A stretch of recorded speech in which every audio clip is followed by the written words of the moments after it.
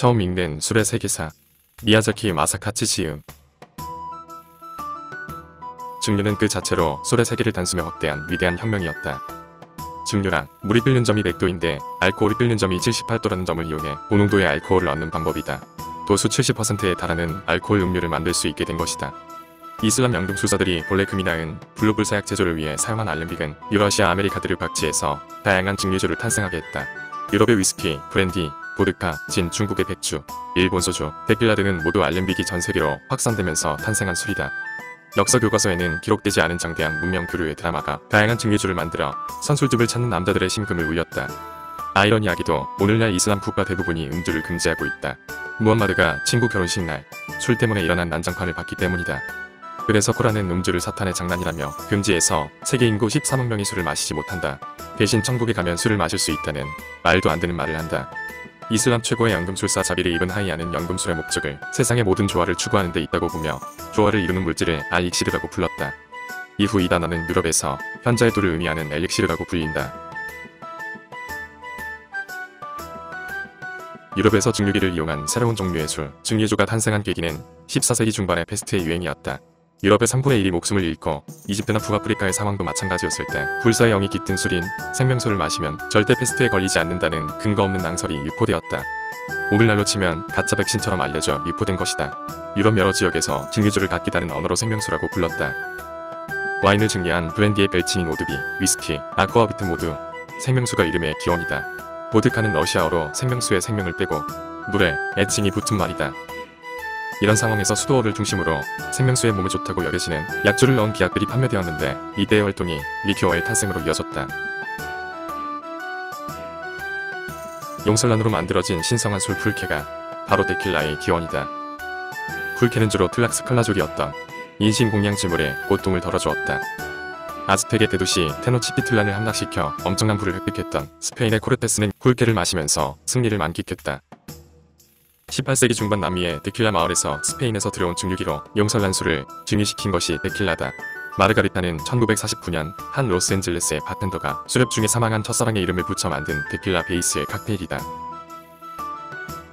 럼주는 설탕을 만들고 남은 찌꺼기인 당밀로 주조되었다. 럼주는 노예무역의 어둠을 상징한다. 아프리카에서 출발한 영국 노예선이 설탕 농장에서 일할 흑인 노예를 카리브해의 설탕 농장으로 운반하고 당밀을 싣는다. 그리고 미국 식민지로 가서 럼주로 바꿔 싣는다. 럼주를 싣고 아프리카로 돌아와 럼주를 팔아 다시 흑인 노예를 샀다. 코냑은 프랑스 남서부의 작은 도시의 지명이다. 코냑은 와인을 증류해 만든 브랜디의 일종이다. 네덜란드 상인이 와인에 세금을 높게 매기자 터스를 피해 와인을 증류를 해서 팔기 시작했다. 마침 코냑 지방에서 나는 저 품질 포도가 산도가 높아서 오히려 더 좋은 맛이 났다. 그것이 루이 14세 때 귀족에게 인기를 끌어서 고급 브랜드가 된 것이 코냑이다. 사고를 흑수저 와인이 벼락 출세를 한 케이스다. 반면 샴페인은 태생부터 금수저였다. 17세기 상파뉴 지방의 페리뇽이라는 한 수도사가 우연히 탄산가스가 생겨 깨져버린 포도주병에서 와인을 하다 보다가 발포 와인을 만들기 시작했다. 이후 사회적 지위를 뚫어내는 술, 여자가 마시면 좋은 와인으로 마케팅되었고 마리 앙투아네트가 즐겨 마셨다. 나폴레옹의 전후 책임을 프랑스가 져야 했을 때 프랑스 대표 외무상이 빈회의에서 샴페인을 꺼내들어 참석한 국가 대표자들의 마음을 잘 달랬고 이후 각종 행사의 축포에 널리 쓰이게 되었다. 진은 네덜란드인이 노간주 나무 열매를 첨가해 만든 약주로 코카콜라처럼 약국에서 판매되었다. 이 술은 산업혁명 시기에 영국에서 대유행했다. 영국의 노동자들이 공복에 허기진 배를 물 대신 알코올 도수 40에서 50%에 달하는 진으로 달랬다. 차나 우유보다도 진의 가격이 더 쌌기 때문이다. 서민들은 진을 진탕 마시고 주정뱅이가 되어버렸다. 한 사람당 하루에 4리터에서 5리터씩 퍼마셨다. 가난한 엄마들이 젖먹이에게도 진을 먹였다. 영국 의회가 대책으로 진에 대한 세금을 4배로 올리자 하층민들이 폭도가 되어 약탈과 파괴를 일삼았다. 진은 미국에서 새로운 생을 찾았다. 진은 무색인데다 다른 음료와 궁합이 잘 맞았다. 미국인들은 금주법 단속을 피하기 위해 칵테일을 만들기 시작했다. 진에 베르무트를 첨가한 마티니 같은 칵테일이 미국에서 만들어졌다. 금주법을 폐지한 로스벨트 대통령은 마티니를 사랑한 사람이었다.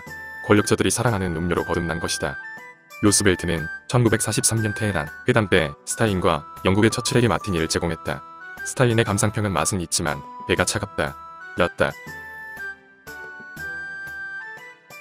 영롱한 녹색을 띠는 압승트는 리큐어에 향수를 비롯한 15가지 허브를 혼합해 발효시킨 알코올 도수가 65도에서 79도에 이르는 독한 술이다. 1860년대 포도의 페스트라고 불리는 필록세라로 인해 프랑스 포도밭의 3분의 4가 괴멸하자 와인 가격이 급등했고 값싼 압생트에 물을 타서 마시는 서민이 급격하게 늘어났다. 오겐 모네트가 피카소, 헤밍웨이의 압생트를 애용했다. 그런데 너무 독해서 압생트를 마시고 환각과 청란 증세를 일으키는 사람이 늘어났다. 고가 귀를 자른 이유도 압생트를 수시로 마셔 정신 이상을 일으켰기 때문이라고 보고 있다. 1915년에 프랑스, 이탈리아는 압생트의 음용을 금지하기에 이른다. 압생트의 본산지인 스위스에서도 국민투표를 통해 압생트가 금지되었다. 법원 위스키, 서부 개척의 아이콘. 미국에서 옥수수는 어떤 것은 땅에서도 뿌리를 내렸기에 개척지에 없어서는 안 되었다. 법원 위스키는 미국의 펜실베이니아를 중심으로 옥수수를 증류시켜서 불의 그슬 인수를 통해 숙성시켜 만들었다. 법원이라는 이름은 미국의 독립전쟁을 지지했던 프랑스의 부르봉 왕가의 이름을 땄다. 훗날 대통령이 된 토마스 제퍼슨의 아이디어였다. 법원 위스키는 미국의 국민술로 거친 프론티어 정신의 상징이 되었다. 우리에게도 익숙한 잭 다니엘이 바로 법원 위스키다. 이상으로 바이 카운터 앞에 펼쳐진 술 선반에 담긴 이야기를 끝냈다. 다양한 라벨을 붙인 술병은 마치 세계 지도를 그려놓은 듯 가지런하게 어깨를 맞대고 있다. 공존하는 인류의 역사를 한눈에 감상하는 듯하다.